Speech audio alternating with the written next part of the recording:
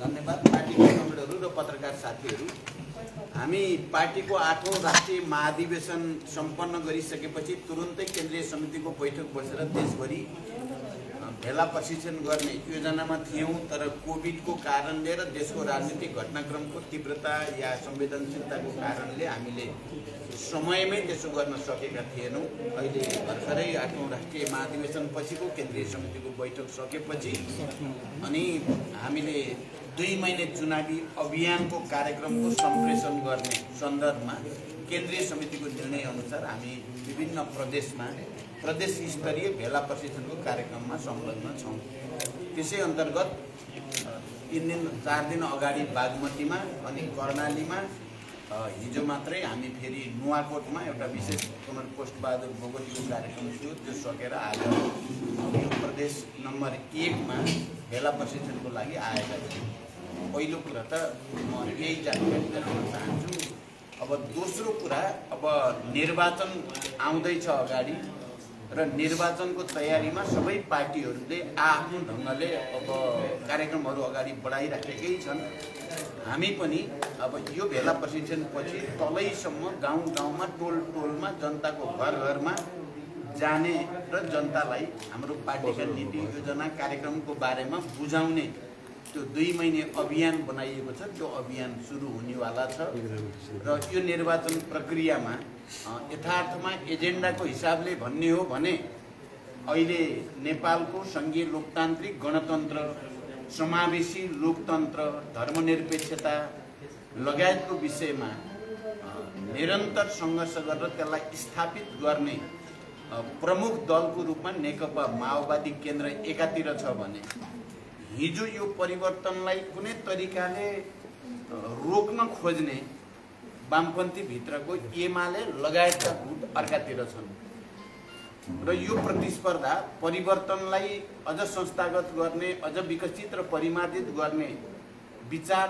प्रवृत्ति, शक्ति र परिवर्तनलाई उल्ट्याउन पाए हुन्थ्यो भनेर उल्ट्याउन खोज्नेको बीचको साँच्चै एउटा ठुलो चाहिँ राजनैतिक प्रतिस्पर्धा, विचारको प्रतिस्पर्धा, शक्तिको प्रतिस्पर्धाको रूपमा आउने निर्वाचन हुँदैछ।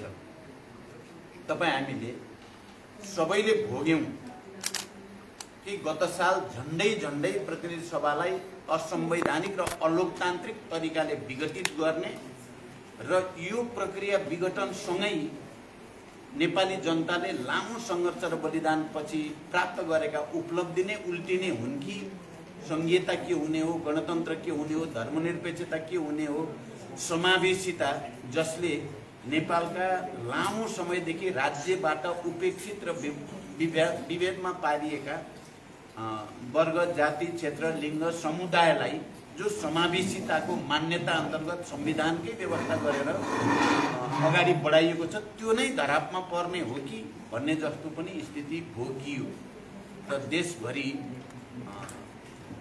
प्रमुख राजनीतिक दलहरू अनि बुद्धिजीवी, न्याय क्षेत्रका व्यक्तित्वहरू, मानवाधिकारवादी, नागरिक समाज, पत्रकार हामी सबै मिलेर यो उपलब्धि उल्टिन दिँदैन, प्रतिगमन सही छैन, प्रतिक्रान्ति सही छैन भनेर सडकबाट, सदनबाट, सबैतिरबाट आवाज उठ्यो र विघटनबाट रोकियो।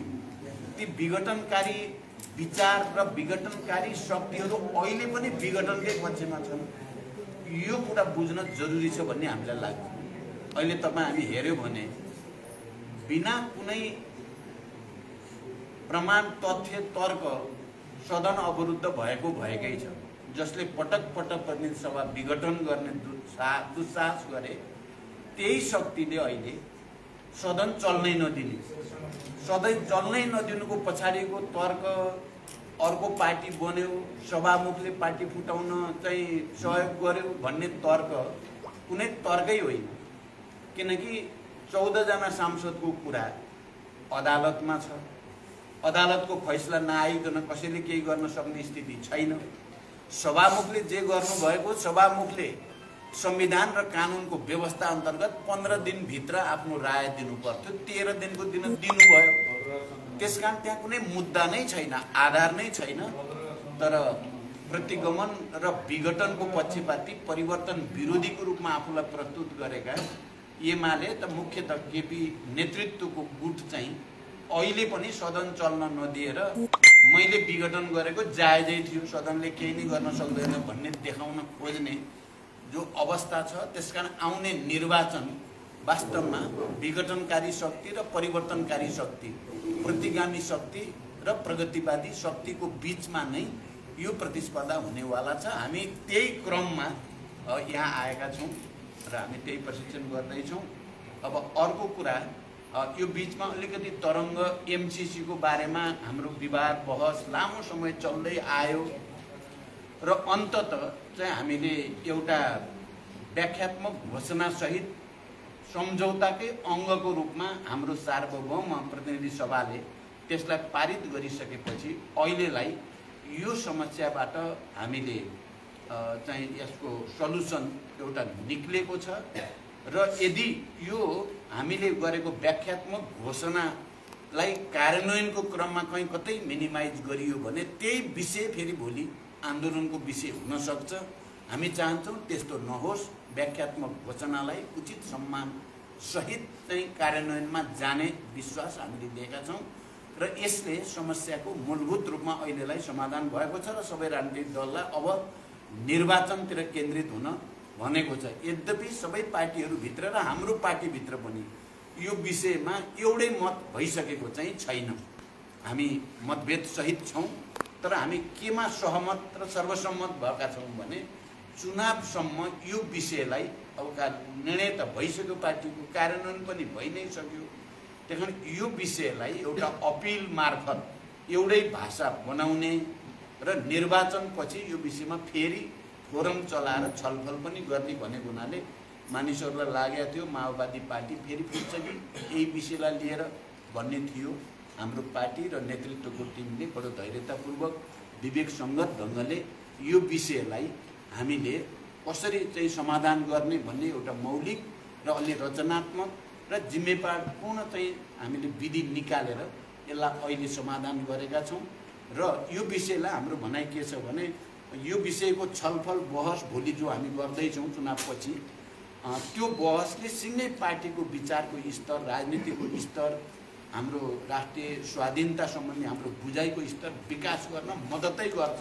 यसलाई हामीले नकारात्मक ढङ्गले बुझ्न हुँदैन, सकारात्मक ढङ्गले नै लिनुपर्छ भनेका छौँ र अहिले सिँगै पार्टी केन्द्रीय समिति एकमत भएर अब चुनावी अभियानमा जाने, सबै प्रदेश र स्थानीय तहलाई पनि त्यो अभियानमा सक्रिय बनाएर लैजाने, केन्द्रीय समितिका सदस्यहरू निर्वाचन अभियानमा जनतासँग जोडिएर जाने भनेर कार्यक्रम बनेको छ। यो अहिले पनि यही हो। कांग्रेस सहितको गठबन्धन सहित जाने निर्वाचनमा कि एक्लै जाने कुरो छ अहिले? अब हामीले पहिलो कुरा त निर्वाचनमा सबै पार्टीले आफ्नो विचार, आफ्नो राजनीतिक एजेन्डा र जनता र राष्ट्रको निम्ति आफूले सोचेको भिजन प्रस्तुत गरेर चुनाव जित्न प्रयास गर्ने हो। गठबन्धन पहिलो कुरा होइन।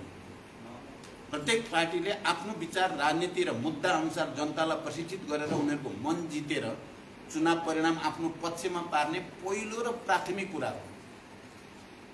अरूले पनि सायद त्यसै गर्छन्, हामीले त प्रष्ट भनेका छौँ। पहिला आफ्नै खुट्टामा उभिने हो, आफ्नै जनआधारलाई सुदृढ गर्ने हो, आफ्नै सङ्गठन बलियो बनाएर चुनाव जित्ने हो। अब चुनाव नजिक आउँदै जाँदा स्थानीय तहमा, जिल्लामा चाहिँ कहाँनिर चाहिँ इस्युहरूमा चाहिँ नजिक हुन्छ, कहाँ लेनदेन बढी सजिलो हुन्छ, त्यहाँ चाहिँ हुनसक्छ। त्यसलाई इन्कार हामीले गरेका छैनौँ। त्यसो गर्दा हाम्रो जोड चाहिँ गठबन्धनका पार्टीहरूको बिचमा नै तालमेल होस् भन्नेमा नै हाम्रो जोड हुन्छ। तर अहिले गठबन्धन हुन्छ, चुनाव जितिन्छ भनेर कसैले सोच्यो भने त्यो सही सोचाइ होइन। यो गठबन्धन, यो जुन चमेरा चमेरीहरूलाई चाहिँ नलाने भनेर एउटा काङ्ग्रेसकै एउटा ग्रुपले भनिरहेछ, तपाईँहरू चमेरा चमेरी बनेर जानुहुन्छ कि? अब हामीले त्यो कुरालाई पनि प्रष्टसँग भनेका छौँ होइन। अब काङ्ग्रेस पार्टीले, नेतृत्वले लगातार नै गठबन्धन सहितै जाने हो भनेर अस्ति भर्खरै प्रधानमन्त्रीजीले त प्रष्टै भन्नुभयो, यो चाहिँ गठबन्धनलाई असर पर्ने गरी कोही नबोलो, गठबन्धन मिलेरै चुनाव जाने हो भने हुनाले नेतृत्व पङ्क्तिको सोच चाहिँ सकारात्मक छ भन्ने कुरामा हामी विश्वस्त नै छौँ। अब त्यसो भन्नेहरूले चाहिँ हामीलाई होइन, आफ्नै भित्र छलफल गरेर एउटा टुङ्गो बनाउनु उचित हुन्छ। तर अब कतिपयलाई लाग्यो होला हिजो मात्रै एउटा कार्यक्रममा नेपाली कङ्ग्रेसको एकजना नेताले भन्नुभयो यो अलिअलि आलोचना गरेको अरू पार्टीसँग सहमति नहोस् गठबन्धन नहोस् भनेर होइन आफ्नै पार्टीभित्र असुरक्षित भइन्छ कि भन्ने डरले भने हो त्यसकारण यसमा चिन्ता छैन भने हुनाले पनि चाहिँ हामीलाई के विश्वास छ भने त्यस्तो स्थिति चाहिँ होइन संसद अवरुद्धको अवरुद्धै छ यो स्थानीय तहको निर्वाचन अगाडि कि त्यो यो संसदीय निर्वाचन नै अगाडि हुने के छ स्थिति अब यो विषय सदन अवरुद्ध जसरी भएको छ हामीले पछिल्लोचोटि गठबन्धनको नेताहरूको बैठक बसेर गरेको निर्णय चाहिँ के हो भने प्रतिपक्षलाई एकचोटि गठबन्धनकै तर्फबाट यसरी गलत तरिकाले अलोकतान्त्रिक र असंवैधानिक तरिकाले गैरकानुनी तरिकाले संसद अवरुद्ध गरिराख्नु उचित छैन संसद खोलेर जे भन्नु छ संसद खोलेर भन्ने भएको छ अहिले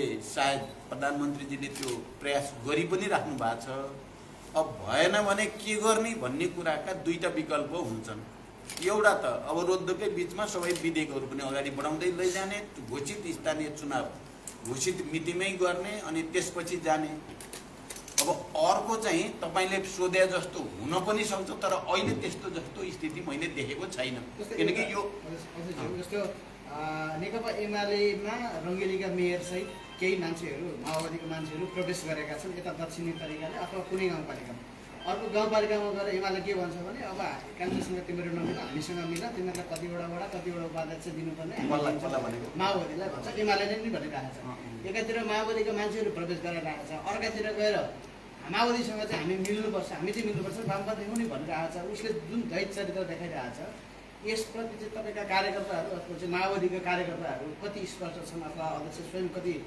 स्पष्ट हुनुहुन्छ अथवा जानकार हुन्छ म पुरै जानकार छु के एमाले सँगै गठबन्धन हुन पनि सक्छ कि अहिले चाहिँ मैले अघि नै भनिसकेँ हामी अहिले गठबन्धन जसको सरकार छ त्यही गठबन्धन बीचको समझदारी नै मुख्य कुरा हो पहिलो कुरा अब तपाईले भन्नुभयो रङ्गेली लगायतका गए त्यो अस्ति नै पनि गइसकेका मान्छे हुन् खुट्टु उचालेका अहिले फेरि गए त्यो कुनै ठुलो कुरो होइन उता जानेर यता आउने भन्नुहुन्छ भने म आज बिहान मात्रै बडो हतारमा म विराटनगर आउनेमा थिएँ त्यति बेला एमालेका कयौं जिल्ला कमिटीका स्थानीय जनप्रतिनिधि आज माओवादी केन्द्र प्रवेश गराएर आएको छु मैले तपाईहरुले हेर्नुभयो भने खुमलटारमा दिनमा एकचोटि एमालेका र कांग्रेसका नेता कार्यकर्ताहरू प्रवेशको क्रम चलेकै छ त्यहाँ केही मान्छे उता जाने केही मान्छे यता आउने चलिराख्छ यो प्रतिस्पर्धाको राजनीतिमा चलिराख्छ मान्छे कोही विचार राजनीति भन्दा आफ्नो व्यक्तिगत स्वार्थको कारणले गर्छन् मलाई केही साथीहरूको सुनेर चाहिँ अचम्म चाहिँ के लाग्छ भने एमसीसीमा पार्टीले यस्तो सम्झौता गरेको हुनाले हामीले यो पार्टीमा बस्दैन भनेर एकजनाको वक्तव्य देखेँ मैले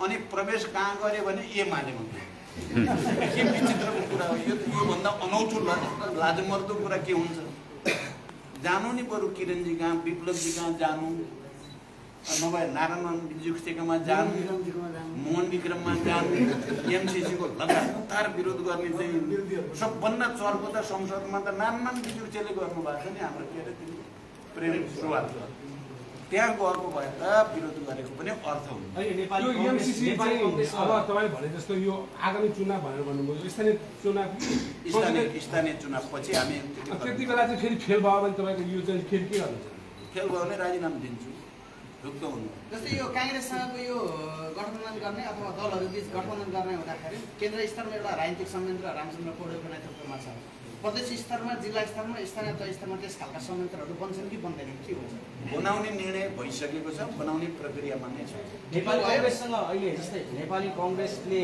राम्रो प्लेटफर्म दिएन भने फेरि पनि नेकपा एमाले वा अरू कम्युनिस्टहरू त एकता हुन्छ भन्ने प्रति तपाईको धारणा के यसैमा जोड्छु म र यो कांग्रेसले चाहिँ कतिपय नेताहरूले के भन्छन् भने माओवादीले अघिल्लो चोटिको चुनावमा चाहिँ रेणुदाल लगायतलाई जिताउन स्थानीय तहमा सहमति गर्यो फेरि समग्र प्रदेशमा एमालेसँग सहमति गर्यो यसपालि पनि त्यो गर्दैन प्याकेजमा गर्यो भने मात्रै हामी सहमति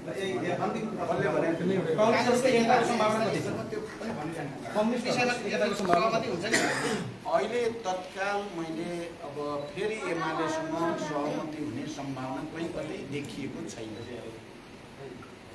हामी राष्ट्रिय स्वाधीनतासँग सम्बन्धित विषयलाई लिएर एमालेसँग समझदारी केही हुन सक्छ भनेर म लगायत कमरेड नारायण काजी लगायतका नेताहरू चाहिँ केपीसँग कुरा गर्न नगएको होइन देशको यति जटिल र संवेदनशील विषय हो। तर कहीँ कतै चाहिँ हामीले एमालेमा सकारात्मक चिज भन्ने केही पनि देखेनौँ। एकदम नकारात्मक, निषेधात्मक, अहङ्कार बाहेक केही पनि छैन। त्यसकारण अहिले एमालेसँग अरू वामपन्थीसँग त हुन सक्ने कुरा भइ नै हालेको, भइ पनि राखेको छ। एमालेको केपी गुटसँग तत्काल कुनै सहमति समझदारी हुने छैन। काङ्ग्रेससँग कति होला कति नहोला त्यो आफ्नो ठाउँमा छ। हाम्रो जोड चाहिँ भएन भने पनि हामी जो मुद्दा मिल्नेहरूसँग त मिलेर जाने हुन्छ, नभए आफ्नै खुट्टामा टेकेर अगाडि बढ्ने हुन्छ। यो अर्ली इलेक्सनको कुरा गर्दै के अरे माधव नेपालले पनि गरिराख्नु भएको छ नि, यो यस्तो संसद अवरुद्ध भन्दा त बरु अर्ली इलेक्सनमा जाँदा फाइदा होला नि। अब यो विषयमा मैले अहिले धेरै भन्नु उचित देखेको छैन। तपाईँहरूले सायद थाहा पाइसक्नु भएकै छ। बिचमा हामी गठबन्धनको र संयन्त्रको बैठकमा पटक पटक संसद अवरुद्ध भएको स्थितिमा चाहिँ सङ्घको इलेक्सन पहिला गरेर जानु उचित हुन्छ भन्ने छलफल पनि गऱ्यौँ। गठबन्धनमा एक खालको सहमति पनि भयो। तर निर्वाचन आयोग राष्ट्रपतिले एउटा चिठी नै प्रधानमन्त्रीलाई दिएर, चिठी पनि होइन नोट एउटा प्रधानमन्त्रीलाई दिएर हुँदैन भनेर बाहिर पनि मानौ हामी चुनाव सार्न खोजेको हो कि भने जस्तो भ्रम पर्न गएपछि स्थानीय तहको चुनाव भनिएको हो। अहिले अर्को चाहिँ गठबन्धनमा छलफल नभइकन यो होस् भन्ने मेरो केही छैन। अहिले स्थानीय चुनावको तयारीमा सम्पूर्ण तागत लगाउनु नै उचित छ सबैको। पार्टीको छ नि अध्यक्ष हुनुभयो होइन, अरू चाहिँ कोही पनि बनाउनु, यो राष्ट्रपति सिस्टममा जानु लागेको पार्टी। अब होइन, पार्टीले कोही नै बनाएन होइन। केन्द्रीय समिति त हामीले महाधिवेशनबाट नै सर्वसम्मत रूपमा चुनेकै हो। केही चिज बाँकी थियो, केही चिज अस्ति केन्द्रीय समितिले पूर्ति गरियो, अरू केही गरिन्छ। त्यसकारण हामीले फेरि भनेका छौँ के भने अब यो चुनावको बेलामा फेरि मतान्तर गर्नुभन्दा चुनाव सकेर गरौँ भन्नेमा सर्वसम्मत भइयो। अस्ति वर्षमान कुन उहाँ चीनबाट आएको चाहिँ हुन्छ भनेर भन्नुभयो, फेरि अहिले यसरी भन्नुहुन्छ अब फेरि चेन्ज हुन्छ होला नि। त्यो पार्टीले धेरै धेरै धन्यवाद।